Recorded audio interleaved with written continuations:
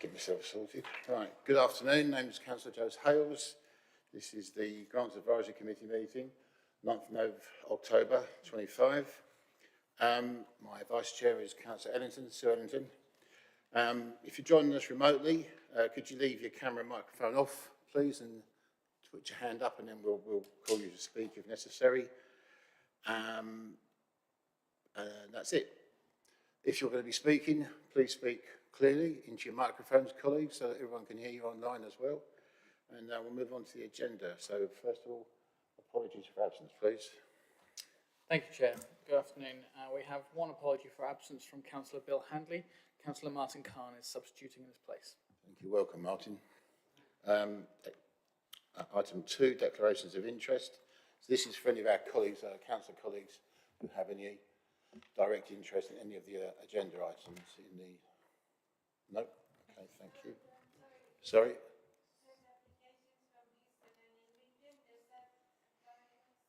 No, you're the council for that page, it's fine. It's only if you actually made the application and you're going to benefit from it. So, number 3, public questions. No public questions received, thank you, Chair. Cheers. Okay. So this is essentially a one agenda item meeting, and this is the Rural England Prosperity Fund decision and recommendations from officers. So at this point, I'm going to hand over to Catherine and Stephen to give the presentation to the committee, and if we let them run through doing what they're doing, and then we'll go into questions afterwards. Yeah, but if you can just let us know if you've got questions with your hand, and we'll go from there. Thanks. Catherine. Good afternoon, everybody. Thank you for having us here again. It's been nearly a year since we've last come to committee with the Rural England Prosperity Fund. We just wanted, actually, before we look at the new round of funding, we did just want to share with you a couple of videos from some of our successful applications last year. Erin, if you could show them, thank you.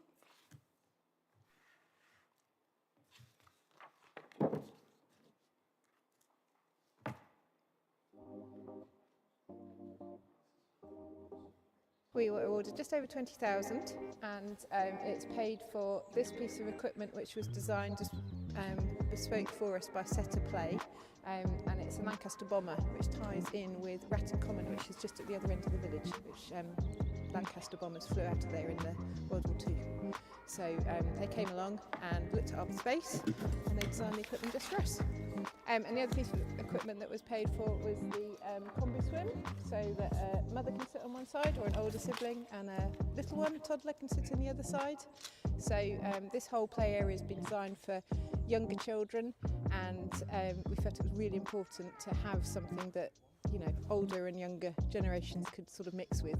I had lots of positive feedback from families. They've really enjoyed spending time in. I'm much happier playing here because there's a lot more age-appropriate equipment than there was, and we just think that the use is just going to go up and up and up as the weather gets better.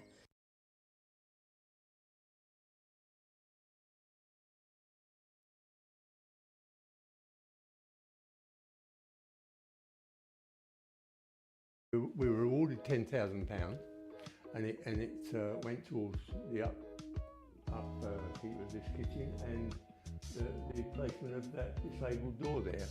So it predominantly allows our older people to come in with their sort of wheelchairs to be amongst the community when we're doing things in the kitchen. They don't have to be here, they're not working here, but it's nice for them to be able to visit. And we took the opportunity to upgrade the kitchen and do away with the old one, which was very, very old, all the doors falling off, but it's nice. We're very, very happy with it.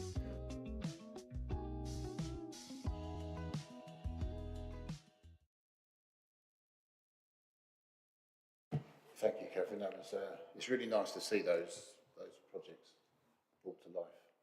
Thanks. Over to you again. Thank you, Councillor Hales. Right, so today we are bringing to you the new round of Rural England Prosperity Funding. So this year we were allocated £350,000 from DEFRA, and this sits under the Shared Prosperity Fund. We were open for applications between July and August, so again, quite an unusually short application window, but we have to have all funds spent by the end of March 2026. We received 21 applications, and as you can see from the report, we were really oversubscribed, with the total applications coming up to around the £700,000 to £200,000 mark. We have undertaken an officer scoring panel, and on that scoring panel we look and score against the project description, and this looks at the outline of the project, why it was needed, how it meets the objectives of the Rural England Prosperity Fund, which is set out in the guidance, how it's going to be delivered, if there's any other partner businesses or community groups involved, how it will impact local visitor economy or the community, and we kind of look at the project aims and objectives and how does the project align with the interventions, outputs and outcomes of each project. We also look at the financial case, so what is the total cost of the project, is it value for money? We also look at the risks and mitigations of getting the project delivered. How is it to be implemented to mitigate these risks? Obviously, a big risk for rural is that we need our communities and businesses to be able to deliver the projects by March 2026, as I previously mentioned. And we also look at the social values. So we look at sustainability, how is the project going to align to our green to the core ambitions, and we also look at the social values of the project. So does it include inclusivity and diversity, and what steps the projects will be taking towards ensuring that these are carried out. So obviously through the officer scoring panel, we have put forward 13 recommendations. As I've mentioned, it was really oversubscribed, which was quite unusual for us.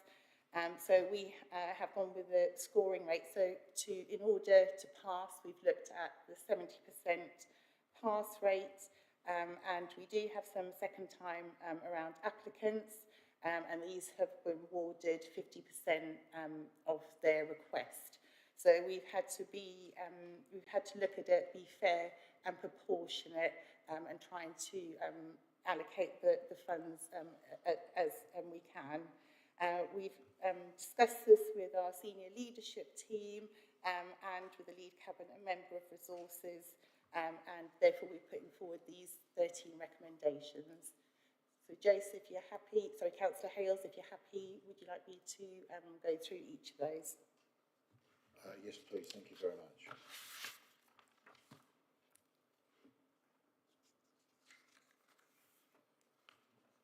So for our first applicant, this is Wising Arts. They scored 100%. They put in a fantastic application. They have applied, so their project aims to further improve access and visitor experience at Wising Arts Centre, which is an 11-acre site, and they would like to add benches, 2 all-terrain mobility scooters and accessible signage, and install an air source heat pump. They did receive funding from the previous round. They have applied for £47,696, and we are recommending £23,848. Our second applicant is Orwell Parish Council. They have applied for £49,500, and this is for a community hub pavilion refurbishment. It's an extension to the existing project. They have got a couple of construction phases, and they have applied for a security system, kitchen appliances and fitting, a raised deck, a main door and panel replacement. They have not applied previously, and we are recommending 49,500. Our third applicant comes from the Sweetie Factory. They have applied for 22,500. Again, they are a second-time applicant.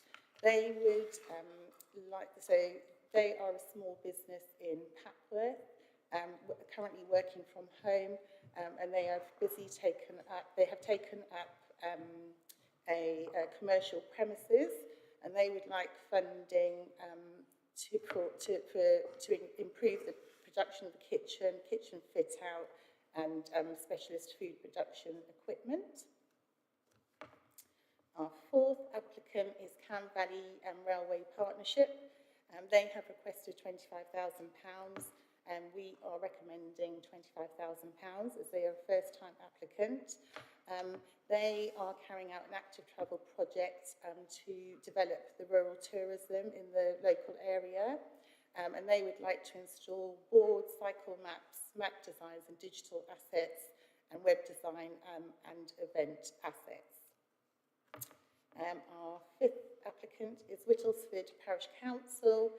They have applied for £25,000, and we are recommending £25,000 as the first applicant.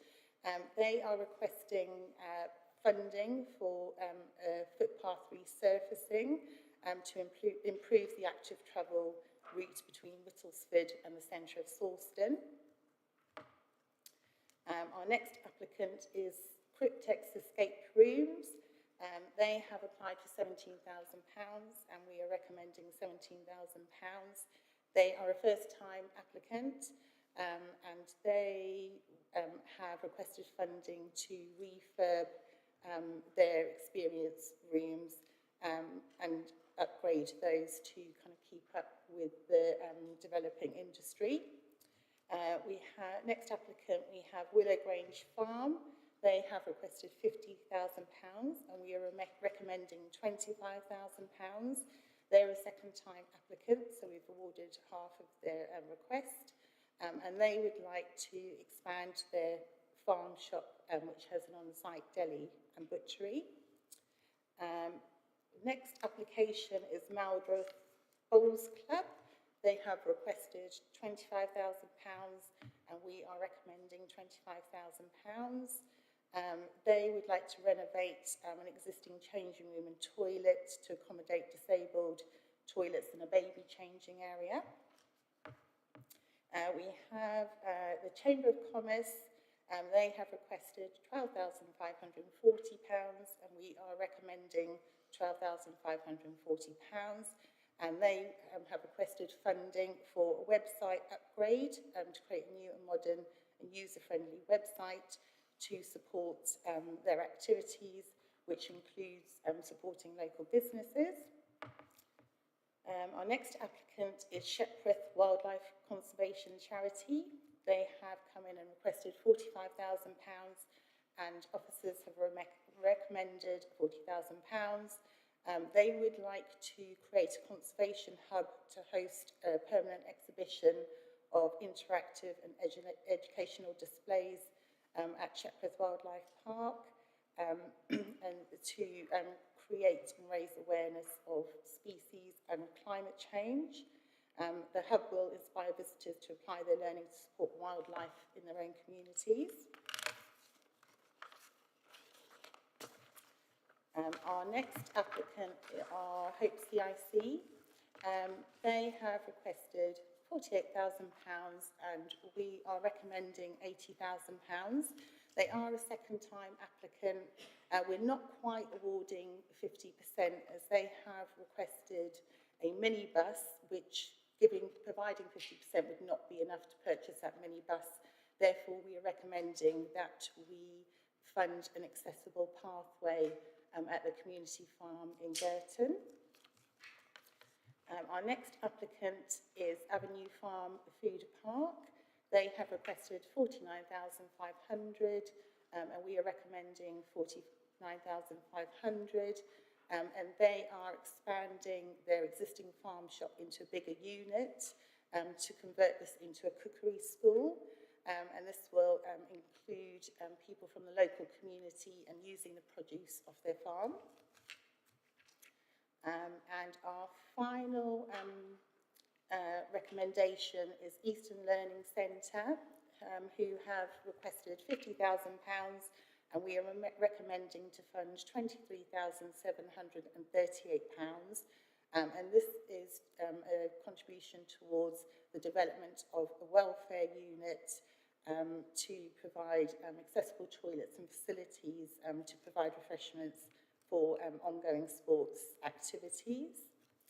We also had applications from the Cam Academy Trust, Cambridge Sports Lake Trust, Barrington Parish Council, Melbourne Community Hub, Charles Owen Bespoke Furniture, Blossom VCIC, Histon and Impington Comms High Hub, and Banquet in Barnes.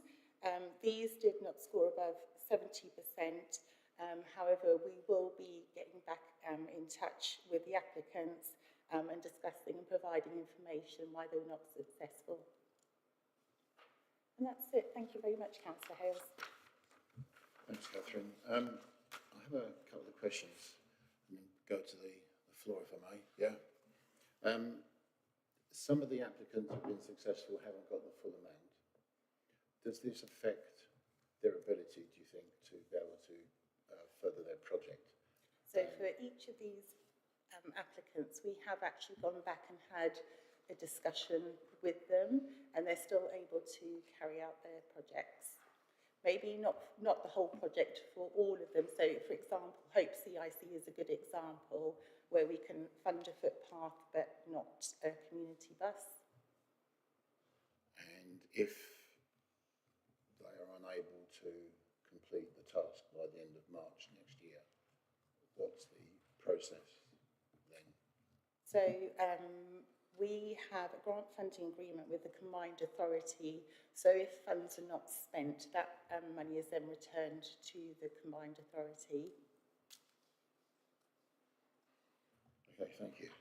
Colleagues, Councillor Haraj. Yes, about the Eastern Learning Alliance, I see it says no councillor support. I don't know what's happened there because we both supported. So Something's gone wrong with the emails, maybe. Perhaps our officers have emailed all ward members requesting support. I didn't respond. I was on holiday, but I know that Councillor Rickson told me he did respond. I checked this morning and supporting it. So, and Councillor Hansraj has done so. So I think I would support it if I. Depending on the timing of the email, it perhaps wasn't in time for committee, but we'll doubly check and we can perhaps add that on. Erin, or I just wondered it might have, in the sense it's okay, but obviously because it's been successful, but it might have affected the voting, the scoring. Yeah. We do try very, very hard to correspond with members to get their support.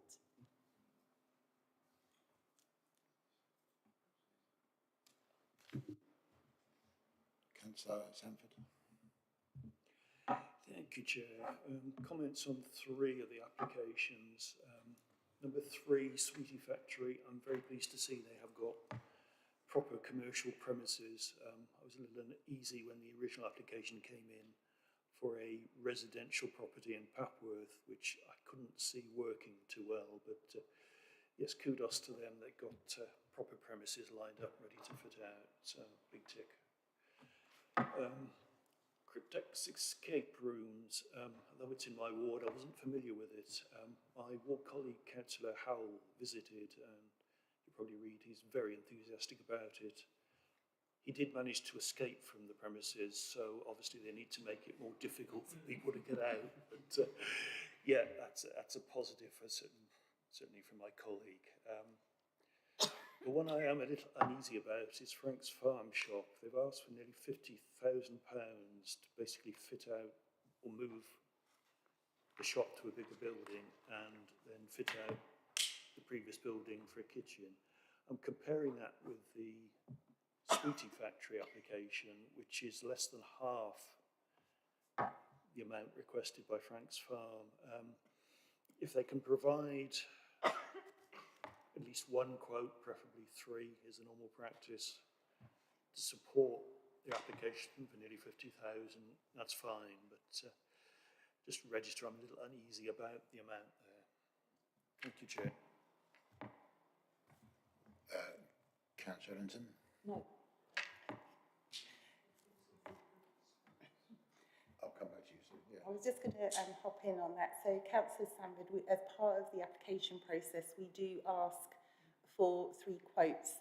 So, as part of that, it's kind of part of our due diligence. So, we're satisfied that, and all of those have to come from reputable traders as well. Thank you, Councillor. So this is the lowest quote of the 3, or is it down to the applicant to choose one? My colleague assures me it was the lowest one that they've submitted. It's not always the case for applicants, but on this occasion, yes, it is. So, Thank you. I noticed that there were 2 or 3 applications. I've marked Avenue Farm Food Park and another one, the East Learning Alliance, which didn't have councillor support, or it's not recorded as councillor support. And I just wondered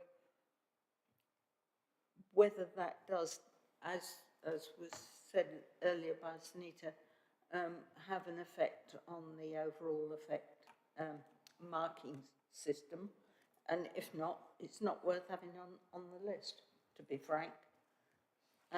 The other just interesting point, on page 25, I'm fascinated what an edible printer looks like.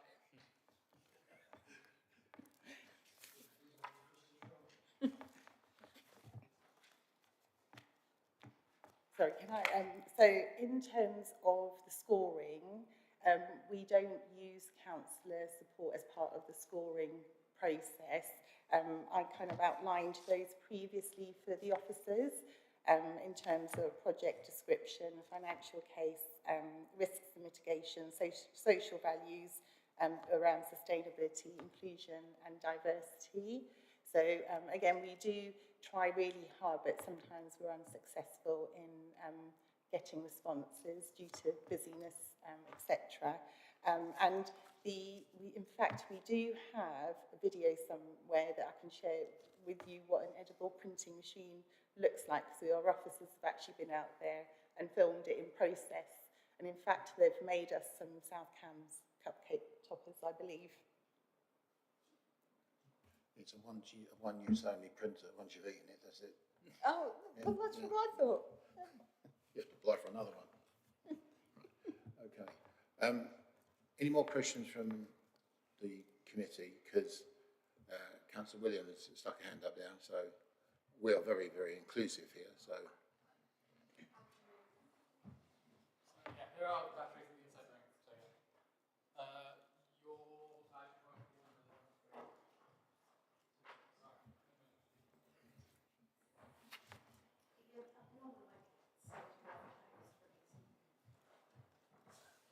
Hi, Heather. What are you going to talk about? A particular application? That was on there. I'm sorry. No, she can't. No battery. I was registered. Thank you very much, Chair. I'll ask that again then. No one heard. Yeah. Councillor Williams, are you going to talk about a particular application? Yes, I was going to just draw something to members' attention, if that's okay with you, Absolutely. Chair. Thank you very much. Thank you. If I can bring your attention to Appendix A18, page 95 of your reports. Now, this is an application within my ward, and the dedication of the applicant means he's here today, which anybody that sat through our council meetings across the board, not this committee, knows that is dedication to get to Camborne and do that. This does enable the potential for an increase in job employment opportunities. Every case has its merits, but job in employment opportunities in our small parishes is very, very rare. It's very hard to come by. We're normally seeing things being lost, not increased. So I appreciate that it's a difficult decision that you have to make when it comes to the grant funding, but there is the absolute desire from the applicant to make this work, and I think that has been demonstrated, maybe not as fully in the application process, which would affect the scoring, but it is a unique opportunity that we very rarely see in my villages and in my neck of the woods. So I appreciate that you have your recommendation, but I would ask committee to genuinely look at the merits of this case, and if not successful today, that alternatives are found to try and support more employment in our small parishes. Thank you for your discretion in allowing me to speak, Chair. Thanks, Councillor Williams. That's lovely. Catherine, I don't think it. So again, I think. Catherine, hang on. Sorry. I don't think it's fair that we say why you did or you didn't pass muster, should we say, with the application up, because there's other people that haven't as well, and they're all going to be written to. And I don't think we should wash anyone's washing in public, so to speak. That should be private between officers and the applicant. So if there's a kind of a roundabout way you can do that without doing what I just said, that'd be handy. Well, all I was going to say is obviously we go through the scoring process, and it's quite similar for when you go through a job interview. You do need to score against the set criteria. So again, I absolutely appreciate that, you know, obviously these are all good projects and we absolutely want to fund them, but unfortunately there's just not enough money in the pot to go around. But we absolutely work with yourself and provide a detail in terms of how we could perhaps help individuals when they apply next time, because that's definitely some support we can give to our applicants to ensure that they put in a strong application. Thanks. I remember you talking to me before, Catherine. I think when you came to the committee to say this was, you're going to be doing the work and you're going to be releasing for the people to apply. This is significantly lower, this fund, isn't it, than the previous one? Could you remind the committee what the differences are, please? Yes, so just to remind committee, the last rural fund was actually over 3 years, where we had over £800,000. Although it was allocated in the final year, they had some weird way of working out where the allocations would be funded. So it did appear like we had quite a large sum of money in a very short amount of time. This year, where it's just, they've called it the transitional fund, where we've received £350,000, it is, I did work out proportionately, it is round about that per year.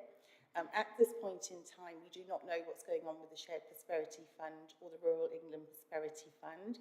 We're not sure we're going to have any more, but if there is another round, we would obviously work quite closely with the Combined Authority. It's a great project, and it's really great to see really good projects funded through the district. And as you saw from the video previously, there's some really good projects that we could fund. Unfortunately, this time we were unable to fund everybody. Thanks. Councillor Sanford? Yeah, just to support officers, Catherine previously told us they do not take into account local member support when they're scoring. Kudos to Councillor Williams for rocking up today, but I don't think her presence in the room should affect the scoring. But yeah, if officers can direct the applicant to other sources of funding, work with them, that would be great. But I don't think we can override the process on the day here. Thank you. Councillor Williams. Thank you. Just in response, it's not a case of rocking up on the day. It's merely a plea to the committee, not to affect the scoring, not to change it, but to look at what the outcomes of the other projects do. It is for this advisory committee to advise, not just simply rubber stamp what has gone through. You have the discretion to make those allowances and look at things on a case-by-case basis, and that's what I'm asking for today. It's not to changing the scoring, but to look at it, look at other projects, and evaluate it. I'm sure you will, but I don't think it hurts to put an extra ask in, and particularly, I'll say, as the applicant has made significant efforts. Thank you, Councillor Williams. I have a question, Catherine. So I don't apologise, right? But I'm going to say it very nicely because it's the elephant in the room. And it struck me at the time where you were going through a quick summary of each of the applications, and application A, B, C, it doesn't really matter which one it was, have applied last year and won some, and then you're coming around for a second bite of the cherry, and they were successful again this time. Is there any background or information you can lay before the committee here, just so they can have an understanding of how that works? Because I think it's quite important. There were some people might think, oh, that's a little unfair, when others, first time round, didn't get there. And I'm sure there were a few. So, if you wouldn't mind, yeah, thanks. So the criteria set out by DEFRA, and there's no reason they haven't set in any of the criteria that an applicant can't apply the second time round. So again, this all needs to be taken into consideration along with the scoring. It's probably worth highlighting that actually it is, like I said previously, it is down to the strength of the application, ensuring that you fill it out as completely as possible, especially in terms of when we do find generally overall when we ask questions around sustainability and inclusion, that those are actually the weaker answers. But previously stated, I think one thing where we can improve as officers when we're going through the process is supporting our applicants. So we could either do this through doing kind of workshops, for example, when we launch the scheme, and I think that would be really helpful for our applicants when they're putting forward their applications. Thanks. So would it be fair to say then that because DEFRA set the parameters, that council's hands, or your hands as officers, are more or less tied to that process, and it's only literally whether or not it's a good application or not? We do adhere to the scoring process, and I think that just makes sure that it's clear and transparent. So we do know there's other applicants that also haven't been successful. So, and again, that includes members of the committee. So I should hope that kind of highlights that we have been not influenced by members on the committee, etc. Thank you. Members of the committee, have you got any more questions? Councillor Hanraj. So this is the second time HI Hub have applied for a grant. When you give feedback, I don't think they need to understand which grant exactly that might be possible for them to apply. Perhaps they've gone and applied for the wrong type of grants. Sorry, I missed which applicant that was. HI Hub. Sorry, it came out louder than I thought. HI Hub, the newspaper for Histon. Oh, yes, yes. Well, they were eligible to apply. They just didn't score high enough through the scoring panel. And would there be other grants that they can apply for the same reason? We don't currently have any other grant schemes, so we're just waiting to hear from DEFRA to see if there's going to be further rural England prosperity funding for next financial year. Thank you. Councillor Ellington. Thank you. I'd perhaps go back to my original question, and if the district councillor involved is not really relevant, maybe we just shouldn't put it on the form, because it just gives you extra work, if I may say so. I mean, it is nice if you see the councillor has been and visited and says it's all wonderful, but if it's not going to have an effect on the overall scoring, it is rather a waste of time, in my humble opinion. I kind of agree. It was something you said earlier, and I think you picked up on this, Pete, that us writing in and saying it's great or it's not. Right? Actually, in fact, if we all said it was great, I can understand how you might think, yeah, okay, you're all going to say that's in your patch. But if one of us said in our patch, we don't agree, would that have held any weight? That's the first part of that question. But I think because, did I understand you right when you said that, I'm assuming DEFRA's sets of rules and qualifications don't include recommendations from councillors in the wards.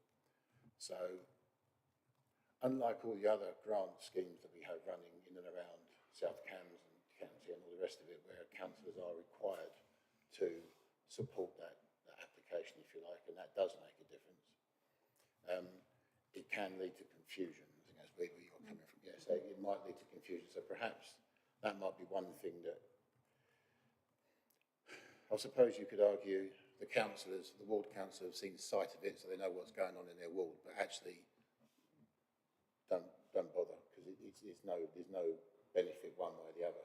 Essentially, you're just writing just to say you support it, really. But would you agree, or to expand on what I just said? It's something that we can definitely, if there is another round of Rural England Prosperity Fund, it's definitely something that we consider. But just on to counterbalance that, I think when we looked at the last round, if you remember, we had where we recommended the netball court resurfacing at Histon. I think members are invaluable in being able to let us know about certain things that may impact. If you remember, for that particular case, it was the car parking and residents impacted by the light. So as an officer, being able to know about those things before we put them forward for recommendation is really, really helpful. Whether it needs to go on the reports, again, that's something we can review. But I think from an officer's point of view, that having that member knowledge is really impactful for what we're doing. In that case, I make an appeal on behalf of all my other 44 colleagues in this authority alone, and that is that if we are lucky enough to get some more money from DEFRA, can DEFRA be contacted? DEFRA is a government department, for heaven's sake. It knows this whole political process, and it knows the benefit of any representation by local members going up or MPs and whatever. I think it would be prudent that perhaps in their criteria it actually required our input, and if we don't input, then that can be weighted against it. So if I can't be bothered to put pen to paper for an application in my ward, and you might mark it down, that's my problem, not yours. And I think that might actually be, I don't know whether you agree with me, Heather, do you agree with that way? I do. I was also going to say there is another element as well, which with my sort of audit and corporate governance head on, is one of the things that grants is most vulnerable to is fraud. Fraud, and the application process itself wouldn't necessarily flag that up, because as you say, you can have people that are brilliant at form fillers. Accountant by trade, we quite like forms, we're quite good at filling them in. Other people not so. So actually having that local member, and I think back to COVID where we had companies that were applying for grants, weren't even a company yet, they were still going through the registration process. And whereas actually your local members will be aware of, hang on, that doesn't look quite right. And I'm not suggesting that anybody in these applications are, that's not what I'm saying, but we have to, it's public purse money, it's taxpayers' money. And so for me, on a sort of financial security basis, it's good that somebody with more local information than officers can gather as part of that due diligence and fraud checking process. And I think that should be explained to members as well, that is an important part that they're playing, is to ensure the protection of the public purse. Thank you. Councillor Khan. I understand some of the other grant schemes, it's a requirement to have council support to grant, whereas it doesn't appear to be for this one, so it's a different scheme. Is it possible to have consistency at our level, or are we not allowed to take into account to draw a common framework for all the grant schemes that we do? I mean, how tied are we to not taking that into account. Having said that, of course, in this case, we did support it and we didn't get through. Yeah, so I think this one's slightly different because it is external funding, where obviously we've got different criteria set internally, but it's absolutely something, if we are lucky enough to have another round of rural, it's definitely something that we will ensure that we put forward. I'm going to ask another favour. I'm just wondering, to get in before DEFRA make their decision, because I have a sneaking suspicion that once the government department has put pen to paper and the minister has signed it off, that's your lot. That's not going to change in a month of Sundays. So I just wonder whether or not civil servant colleagues could be contacted to ask, because this is going to go across the country with DEFRA. It's not just going to be us, isn't it? It's going to be everywhere. So they'll need to change that rule for everybody else, I would imagine. Yeah, would you agree? So perhaps we need to get in first before they start dishing out any more money with criteria again. There's one thing that Heather said, which I'd like to ask you if you could just, because I remember you talking to me about this, and that's the word fraud, right? I think there are some measures in place in this process. So if I hand over to Catherine, that might help with your answer to yourself, yeah?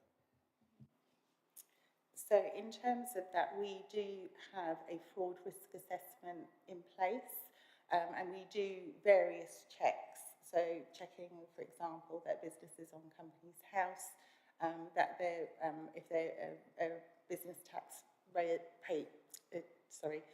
a business taxpayer, that they're recorded with us. And to be honest, our officers, if we're in slight doubt, they do go out and make personal visits to those businesses, as well as a variety of other checks. So we are quite thorough, as much as we can be. I mean, it's not foolproof, but we do definitely carry out lots of checks. Councillor Sanford.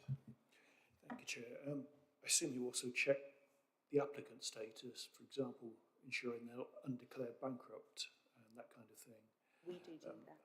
Yeah, thank you, because the suggestion that local members should be a backstop against fraud doesn't make me comfortable. But thank you, you've obviously got that covered. Councillor Williams.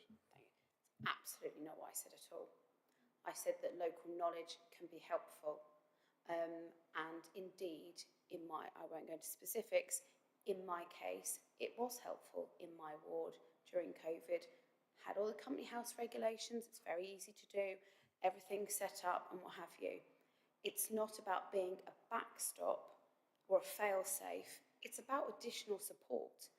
And those of us that have attended the fraud training that the councillors offered, 2 councillors, have always insisted that councillors are part of that process. It is not solely the responsibility of officers. They do the due diligence checks. At no point have I suggested that they don't. What I'm saying is there have been times I had a case in my patch where that was completely the case. On paper, it looked fine. I'm getting nods. On application, it looked fine. But the reality is those of us locally knew that it wasn't. It particularly happens when people applies in for farm diversification, for example, and actually they just own a plot of land. They've got a company. They've got land, they pay business tax, but actually when you flag it up, they are not diversifying farming because they don't farm a damn thing. So it's not a backstop, it's not a fail-safe, but it is part of the process and something that I think we can give back to, and I stand by that, Chair. I think we're agreed in summing up, every single one of us, and perhaps even your 2 good selves, really, I think, that it would be nice to contact the powers that be within DEFRA to ask if this can be as a mandatory inclusion, that members are consulted, which is a requirement for members to respond, and the potential for a waiting on that response, because if, as has been said here, if there is a dubiousness as to an application, then that can be flagged at that point there. So I think I'll close that there on that one there, so thanks. I'm going to change my mind. Now that's a first. So I'm going to go through each application. I was going to go in the up to 25k and the 25 to 50 because of the recommendations, but if you don't mind, can we go through all the 25s? And I take it these are they in order, Catherine? They are in order of scoring. Right, so they're not in order of the 25. So I'd like to get, we on page 3, recommendations. It says, make a recommendation to the lead member for resources, grants under 25k, or the lead camp member for 25 to 50. I think we'll do the 2 recommendations if that's okay. Would you agree? Yeah. Yeah. Okay. So, can you help me here? Catherine, right, so Wising is up to 25,000. So, committee, would you or would you not like to approve the officer recommendation and make that recommendation to the member for resource for the Wising Arts Centre? And that is for 23,848.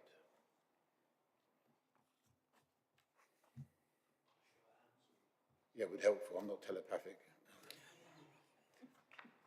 Right. So that's a full house. And the next one is Orwell on the agenda. So that is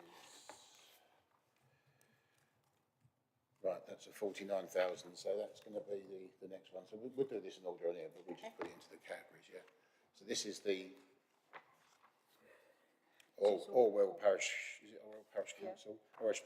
Orwell Parish Council. That was 49,500. Do I have a yay or a nay? Yay. It's a yay. Sweetie Factory. I will say, in actual fact, I should have said this first, I apologise. If you have any points that niggle you before you put your hand up, please sing out. All right, so if there's anything for the 2 we've already done, sing out now. I made a mistake, sorry. You okay? So we go to the Sweetie Factory. That's 11,250. Are we okay with that? Yep. Yes. Okay. Cam Valley Community Rail Partnership. That was 25, I think. Yeah, 25,000. Yes, Anita? Yes. Yep. Whittlesford Parish Council. That's a 25,000. So yes, yes, yes, yes, yes. These are all yeses at the moment. There's no no's. The Cryptex escape rooms. This is for £17,000. Yes. Was that on the proviso that Councillor Howell has to go back and can't escape? Yes. Okay. Right. If you could make arrangements for that, please, Councillor Williams. Thank you.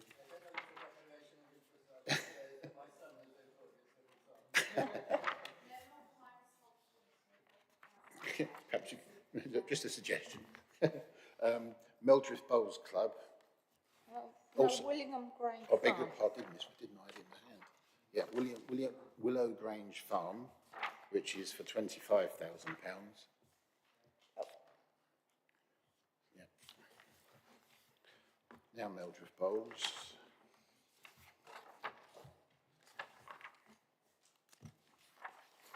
This is for, excuse me, 12,540. Have I got the wrong one again? I've got pages are sticking together. Oh, you idiot. Sorry, 25,000. I beg your pardon. Thank you. Good job, someone's paying attention. Cambridge Chamber of Commerce and Industry. That's the 12,540. Yeah, but it's... Yep. Which is a approved one. Okay, I saw the note. Yes, everybody? Yep. Yeah, thank you. Shepworth Wildlife Conservation Charity. Yep. On this one, this is in my patch, okay, and this is worth a little visit, actually. We've got quite a few little wildlife parks and what have you with bits and pieces, and they do an awful lot of education here. So this is, it's worth a visit. Perhaps we could get a coach and a day out with a packed lunch. What do you reckon? Go and see the lions. Or tigers. Right. Your own cave. That's 45k. Is that a yes? 45. 45. Yeah, 45, yeah. Martin, is that yes? Yeah. Thank you. Yeah. And Hope CIC. This one was less, wasn't it? 18. Yeah, 18,000. Is it yes? Yes. What I will say, Catherine and Stephen, is could you let us know through Dem Services whether or not any of these applicants essentially fall flat on their face? Because I have to say, it really does irk me that if they don't complete it, that DEFRA get it back. I would really love to have some kind of conversation, have some conversation with DEFRA to say, look, we've had a couple of fail for whatever reason, and it's not their fault, but whatever. But we can reallocate that, and it may go to any of the people. Yeah. Okay. Yeah, Councillor Hills, just to reassure you, the team do have quarterly reporting from the individuals, and we do keep in touch with them. So if we do get sight of any project that doesn't look like it's going to be delivered, we will absolutely ensure that the monies are redirected. The last thing we want to do is return the money. We want it to go somewhere. So, yeah, absolutely, we do that. Fabulous, thank you. Next one, colleagues, Avenue Farm Food Park Limited. This is for 49,500. Yep. Yes. Eastern Learning Alliance. This is a part payment, this one. This is a £23,738. Yep. Martin. Oh, you're saying yeah, I thought you were going to speak, sorry. Is that yes, theatre?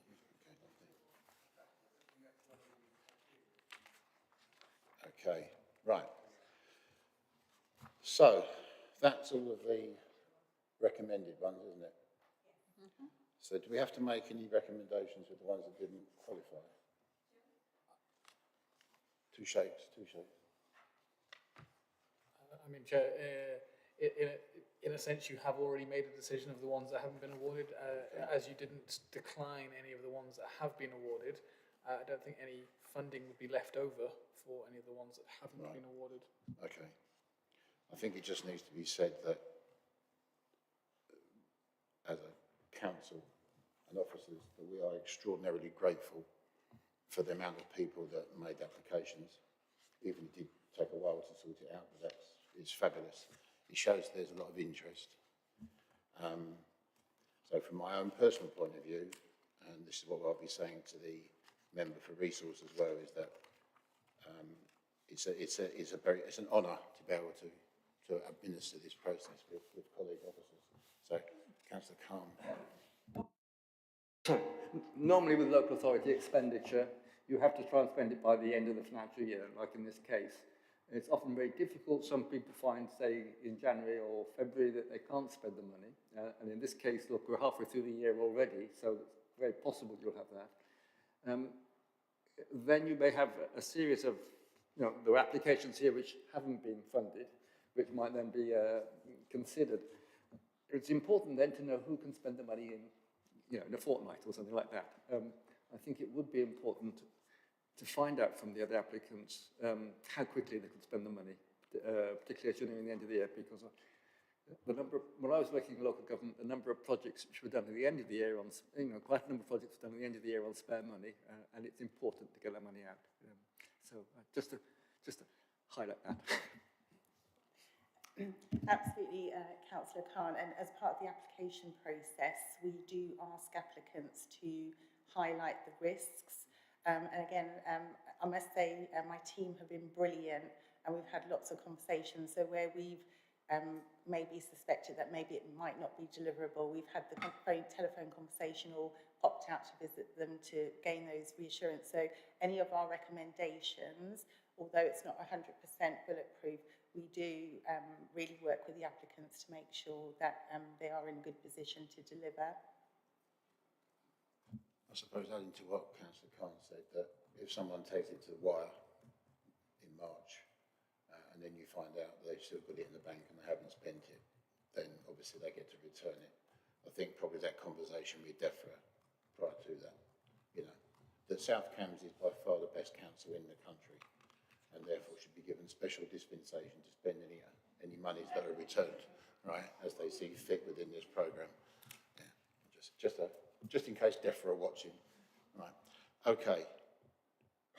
Thank you, everybody. I think to close, I think I'll pass on our thanks and gratitude to Catherine and Stephen and your colleagues who've been doing this on the panel. I know it was a lot of work. I know it was. So thank you very much. It's been quite a smooth process. Thank you, Heather, for coming. It's been really good. And thank you, sir, for being a member. And apologies that you didn't get what you hoped for, but the officers will write and help you in that pathway. But other than that, I think that's us done here today. So thank you very much. And it goes without saying, and actually this one is absolutely serious. There may well be people looking online and watching to see whether or not they won an application. So for those that did, congratulations. For those who didn't, commiserations, but officers will be writing to you. But please don't be discouraged. Try again. Or as my nan used to say, try again. Although she may have said I may have been trying. I'm not sure what it was. Either way, thank you very much and good afternoon.